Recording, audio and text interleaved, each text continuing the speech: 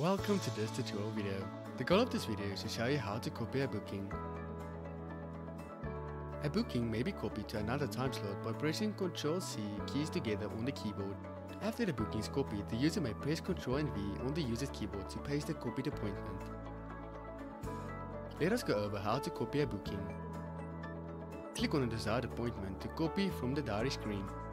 On your keyboard, hold the Ctrl+Cs together to copy.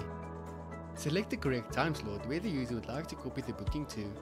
On your keyboard, hold the Ctrl+V keys together to paste the user's booking.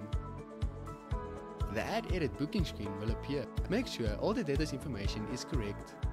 If the user wishes to save the copied booking, the user may click on the Save button. Or if the user would rather discard the new copied booking, the user may click on the Close button. An attention pop-up will appear alerting the user that there is already a booking for the status on the diary screen. Click on the OK button to confirm the attention pop-up. The copied appointment will appear in the new time slot.